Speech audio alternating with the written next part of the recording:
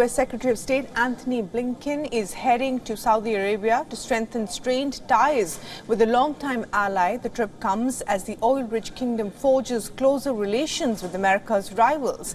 The mission to steady Washington's relationship with Riyadh after years of deepening disagreements on issues ranging from Iran and human rights to oil prices.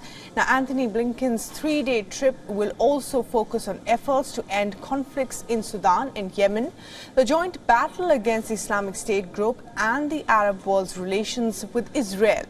For the next 2 days, Blinken will be in Riyadh for a ministerial meeting of the Gulf Cooperation Council.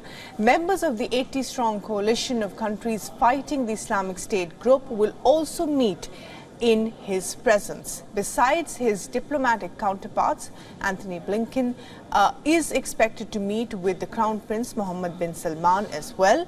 Washington has stepped up its push for normalization of Saudi-Israel ties in the wake of the success of the Abraham Accords. The initiative was launched by the former President Donald Trump to persuade Arab countries to recognize the Jewish state.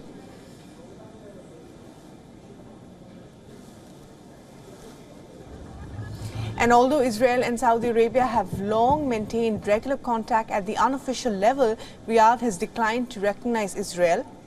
The Secretary of State pledged a continued U.S. commitment to both Israel's security and a two-state solution to the Israel-Palestine conflict. He nonetheless added that the expansion of the Jewish settlements would be an obstacle to peace. Now, despite the long-standing close ties, the U.S. relations with the Saudis have been testy in recent years. The two have been at loggerheads over the murder of dissident journalist Jamal Khashoggi and Riyadh's efforts to raise oil prices after Russia's invasion of Ukraine. In addition, Saudi recently also gave China an opening into West Asian political dynamics when Beijing brokered a rapprochement between Riyadh and its arch-rival Tehran. And just last month, Prince Mohammed hosted Syria's President Bashar al-Assad in Riyadh as well. Washington rejects the legitimacy of his government in Syria.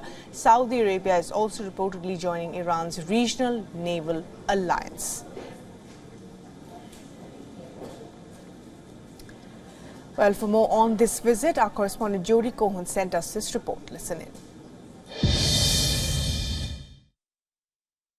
Secretary of State Antony Blinken's speech was the first time a US official has revealed publicly that it's working towards normalization between Saudi Arabia and Israel. A possible hint that progress might be made on two key issues for Saudi Arabia, that of their relations with the US and progress between the Israelis and Palestinians.